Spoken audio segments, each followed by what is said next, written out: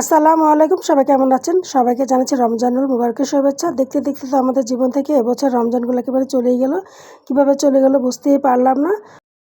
তো যাক, আলহামদুলিল্লাহ, আল্লাহ সবার মনের নেক আশাগুলো পূরণ করে দেয় এবং এই যে রমজানগুলো রেখেছে সবার রমজানগুলোকে আল্লাহ রোজাগুলোকে কবুল করে নেক। আশা করি আল্লাহ তাআলা মহান রহমতের মালিক, উনি নিশ্চয়ই আমাদের মাগফিরাত ও নাজাত দিয়ে আমাদেরকে, তার অসীম দয়া দিয়ে আমাদেরকে ক্ষমা করে দিবেন। তো রমজান উপলক্ষে আমার মনের ক্ষুদ্র একটি ইচ্ছা আমি হুমায়রা বাবার কাছে প্রকাশ করি। তারপর সে মনের ইচ্ছা পূরণ করার জন্য বেশ কিছু বাজার মশলা করে দেয়। আর করে দেওয়ার পর আমরা দু যা মিলে একত্রে রান্নাবাড়া করি। এটা হচ্ছে আমার ছোটো যা, বাসায় বেড়াতে এসেছে রমজানে ছেলে মেয়েকে নিয়ে। তো আমার সাথে সে অনেক কাজে সাহায্য করে দেয়।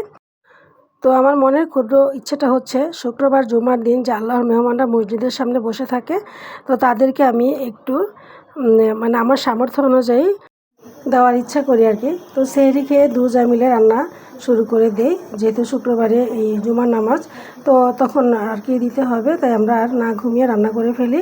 তো রান্না করার পরে আর কি হুমায়রা বাবা আমাদেরকে কাজটা গুছিয়ে দেয়।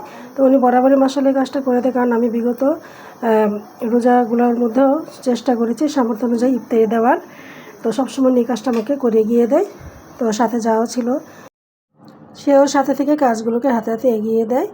তবে আমার এই ভিডিওটা অবশ্যই আজকে আপনাদের ভালো লাগবে আশা করি।